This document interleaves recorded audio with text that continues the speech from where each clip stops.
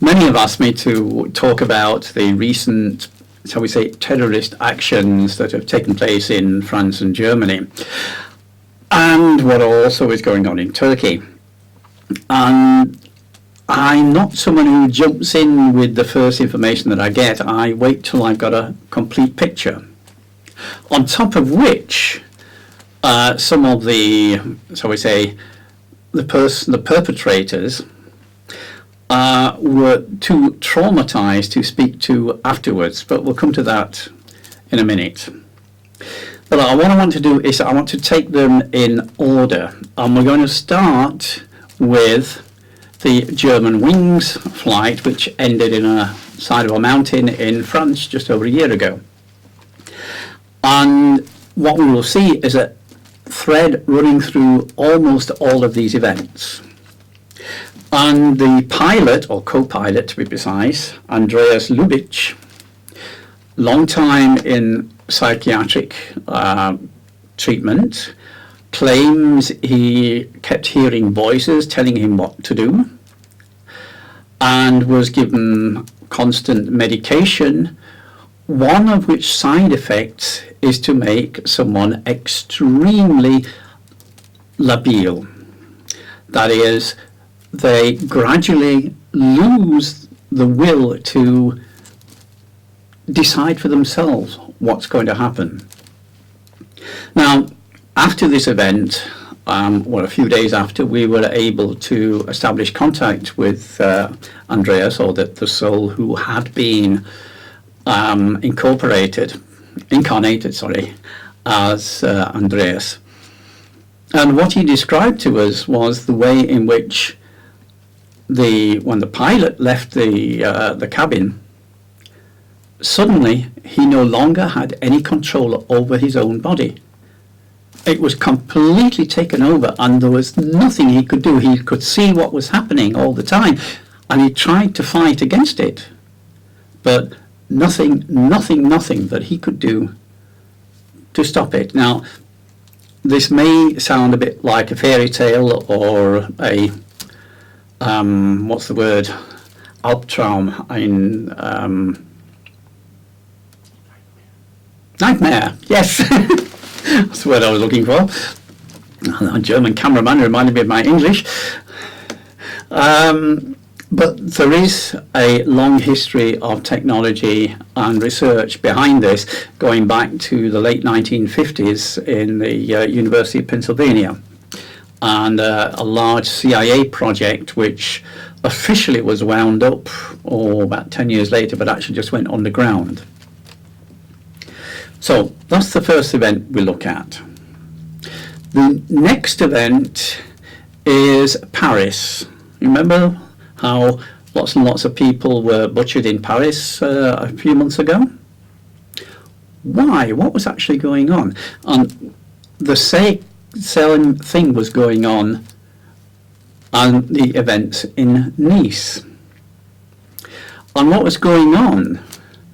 Monsieur Hollande, the president of president of France, was losing control of the country. He was literally robbing the poor to give to the rich, and the poor were beginning to revolt. So he needed some way to remain in control of the country. So he asked his friends at the banking cartel, who were his bosses naturally, he said, well, how am I going to do this? So they said, okay, we'll do something, not to worry. And so Paris happened, with the result that he was able to declare martial law. But martial law was running out, and things were getting even worse in France. There was, from a number of trade unions, there was an open revolt against the government, which is understandable. I mean, he was literally robbing the country, bringing poverty to everyone to give more and more wealth to the bankers. So, what did they do? Well, just as martial law was about to run out, we have this event in Nice. Now, let us look at this in a little more detail. How did that lorry get in there? What's the official explanation? Well, the official explanation is the driver said, "I'm selling ice cream. Does this look like an ice cream truck?" And of course, the security, martial law, on the entrance examined the truck to make sure that it was actually containing ice cream, and of course never ever discovered the pile of weapons that were actually in the back of the truck, although they were not in a usable condition.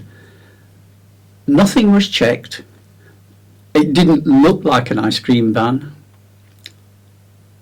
It obviously wasn't an ice cream van. And yet they just waved it through. Somebody had been giving them orders. This truck will be let through. Who gave those orders? Well, we don't know yet, but we've got a good idea. Explain a little bit more a little later on. Now, this is a very, very typical case of what is called mind control. Just as with Andreas Lubitsch.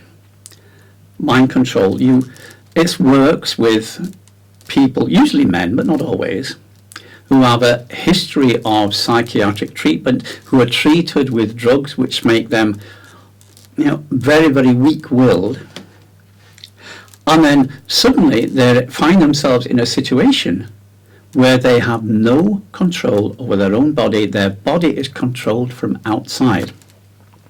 And what we find with all these cases is right at the end, the person who carried out the attack is killed on sight. And so we never get any direct information from the perpetrator. Well, there is something which the actual perpetrators here have clearly forgotten. There are a growing number, a daily growing number of people who are perfectly capable of communicating with those who are no longer physically incarnated. So this is what I did. And what he told us was that he was shown that truck and asked to drive it somewhere. He can't remember where. But when he got into the truck, suddenly he had no control over his own body. He had to watch as the truck was driven through the crowds. And then when the truck reached its destination, shall we say, and he was able to regain control of his own body, when the truck was no longer moving, then he was shot and killed. Shot many times by the French police, but only after the truck had stopped. So, then we move to Munich, where we have something very, very similar. There are a couple of anomalies which I'll also gloss over very quickly, two of which are the weapon that was used as a Glockner, and there is a weapons expert of my acquaintance who told me a couple of interesting things. That a Glockner will fire 8 shots, but in the portrayal of the event on television, it was shown firing 12 shots, physically impossible. Then it was said that this guy, after firing his 8 or 12 shots, then reloaded this gun and fired again. But you can't reload a Glockner that quickly. You have to take the magazine out and you have to put the bullets in one by one. It would be difficult to reload that magazine in under 5 minutes. Are people just going to mill around for 5 minutes, just letting the guy calmly reload his gun, or are they going to stop him? Doesn't make sense. But that's only one thing that doesn't make sense. You see, there was a film made of the events in Nice, a very good one, by a professional cameraman, whose name is Richard Gutjahr, a German national, works for German television. He was in Nice, coincidentally, and just happened to have his camera set up in the perfect position to film this truck ploughing through all those people. A few days later, we find exactly the same journalist with exactly the same camera in exactly the perfect position at the right moment to film this guy shooting these people in McDonald's. What do they have in common? Well, this guy's wife works for Israeli intelligence, Mossad. That is not a believable coincidence. The only way that could happen is that she has information which she has given to him so that he is the one who gets the best journalist prize, or whatever it is that he's going for. There's no way that that can be a coincidence. And it could be a coincidence that he was in Munich at the time, and this is the way the major press have tried to paint it. It was just a coincidence that he was in Munich at the time. It was just a coincidence that he was in Nice at the time. Okay, you can say that, but coincidence that he was on exactly the perfect spot to film the events in Nice and exactly the perfect spot to film the events in Munich? No, that only happens if you've got detailed information before it happens. Which brings us to Ali David Sondoli, the man who, well, maybe did some shooting. Again, afterwards we took up contact with him, and this is what he told us.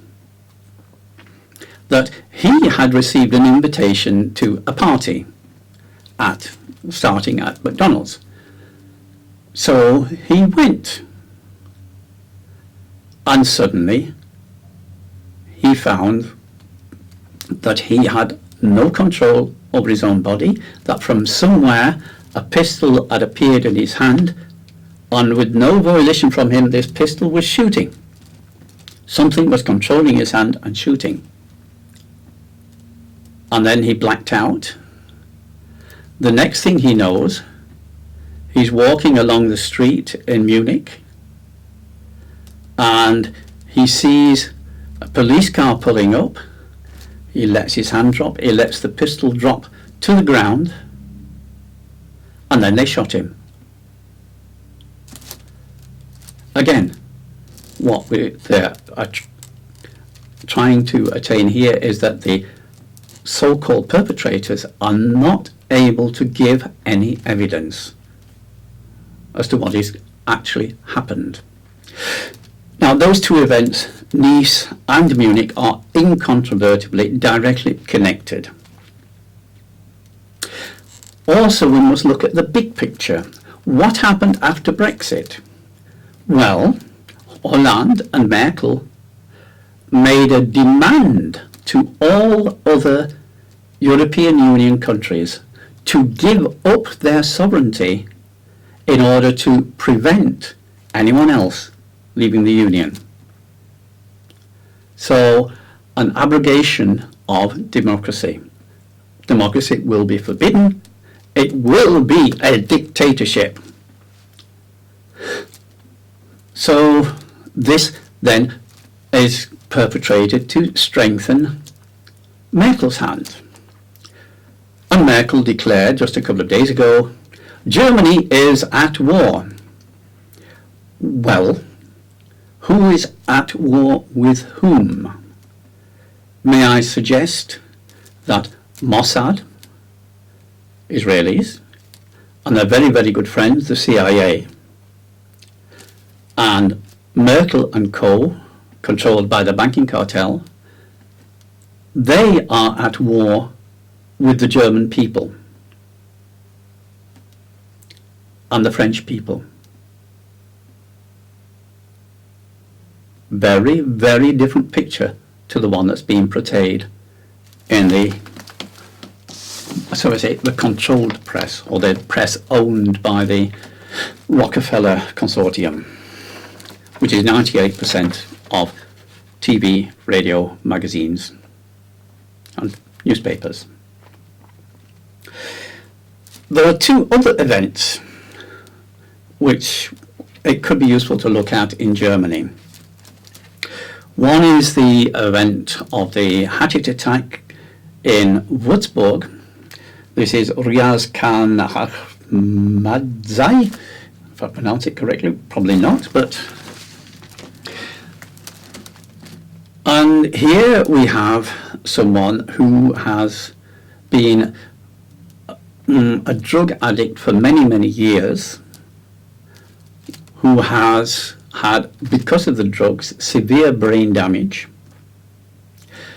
And then he's given medication which has the known side effect of creating outbreaks of rage and destruction, uncontrolled rage and destruction. Interesting. More about that I know not, because this guy is still alive somewhere and I can't get any clear information from him because of the brain damage. And then we go to, who's the next one? Mohammed Dalil in Ansbach, declared by the press to be an Islamic State ISIS attack. Well, no. Mohammed has a lot of problems, or had a lot of problems, with a massive inferiority complex. And in order to compensate for that, he was always saying that he would do anything to promote Islam, he would do whatever it was necessary. And then suddenly he received an anonymous letter saying, okay, your moment has arrived, this is what you have to do, and detailed instructions on how to build a homemade bomb, which he then did. But so badly organized, it never occurred to him that in order to get into the hall, you need a ticket. And so he couldn't get in. And whilst he was milling around trying to think what to do, the thing just went off, as a lot of homemade bombs do. It's a very, very common event. It's not reported as much as it should be, but it's a very common event that people trying to make homemade bombs blow themselves up long before they get anywhere near the people they were trying to, shall we say, annoy. So then I asked, well, who sent him these instructions? And again, it's not difficult with a little practice to get this information, because it's all there in the quantum fields. You just have to know how to read it and keep practicing. And there are a lot of people doing it these days, which is why there's so much of such information available. And what it was were, shall we say, friends, although that's probably too strong a word, acquaintances of him, who knew how much he'd been spouting about how much he was prepared to do for Islam on this, what's he call him? This radical rabbi, no, not a rabbi, it's the antithesis of a rabbi, in a sense. Imam. And so they wrote out these instructions for him and sent it to him to see what he would do. And now they know. So that had nothing to do with any radical priests. This had nothing to do with ISIS. It was just some very, very silly boys playing a prank on a very, very badly mentally disabled young man, which resulted in his demise and injury to others. So, what have we got left? Well, we're doing that, we're doing that, we're doing that, doing that, doing that. Well, this question of security. You see, it's very, very easy to make any event whereby there's a lot of people there totally secure. But not if you use the crude methods which have been used up to present. You see, in any crowd, be it a railway station, an airport, a shopping centre, a football match, whatever, all the people have very, very similar thought patterns. They're all going to watch the game, they're all going to buy some pizza, or whatever. Someone who's gone there with the intention of blowing herself up and killing a lot of people, their thought energy is totally different. And it's very easy to learn how to read that and to pinpoint this person and to segregate them from all others. Not only this, with a bit of practice, you can feel them coming. Now, this works in both directions. You can have people stationed at events watching everybody, watching for the odd one out. You can also do it personally. That is, with a little bit of practice, you will always know where and when it is safe for you to go. You can always see yourself arriving at your destination safely, or if not, you don't go. It's a side effect of one of the courses I teach, and I'll tell you more about that when I get back from holiday in the middle of August. So, anyway, just to keep you going, that is what I can see at the moment with this terrorist thing. Now, turn our attention to Turkey. And we have to take in Syria here, because it's part and parcel of the same thing. You see, unbeknown to you, because the control press doesn't report it, Putin has been very, very active in solving a problem for us. The problem is the refugee crisis, which is an artificially created one, but that's neither here nor there. You see, what Putin has done is done a deal with Assad to help him regain control of the country, a process which is coming along very, very nicely, almost complete. At which point Assad will stand to one side. He will retain his palace and special status, but he will no longer be active in the government, and there will be elections and a government will be chosen. This will give the effect of no war, and a lot of these refugees want to go back. We know this because we speak to them. They would prefer to go back home and rebuild their country.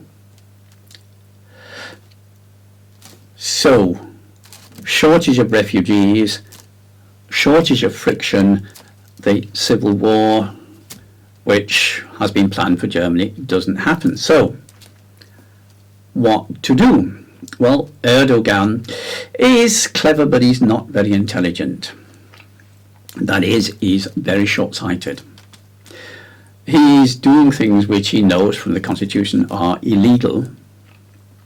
He's doing things which under international law are illegal. I mean, I believe there are a few countries where he would be arrested and taken to the International War Crimes Tribunal in The Hague. Well, did he show his nose there? Well, basically he's been selling oil for ISIS and buying weapons with the proceeds and taking a large commission from both sides. Anyway, and he could well have been deposed by the military, who see themselves in the position of protectors of the Constitution. And the Constitution, one of the prime tenets, is the separation of religion and state. And Erdogan wanted to bring them, still so he says, back together.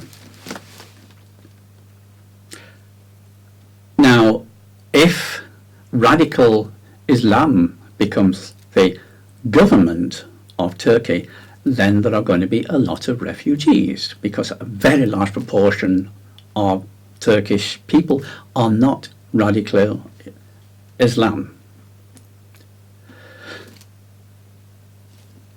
So we have a new source of refugees. On top of which, Erdogan has proclaimed that the recent failed putsch, which it seems very, very likely he instigated in order to try to prevent a real putsch taking place. He's now said that his former colleague Gül, who he fell out with some time ago, is responsible for all this to do, and has given his followers orders to eliminate all of Gül's followers. So he's given orders for, well, it's not too wide of the mark to say genocide. That's going to create a lot of refugees.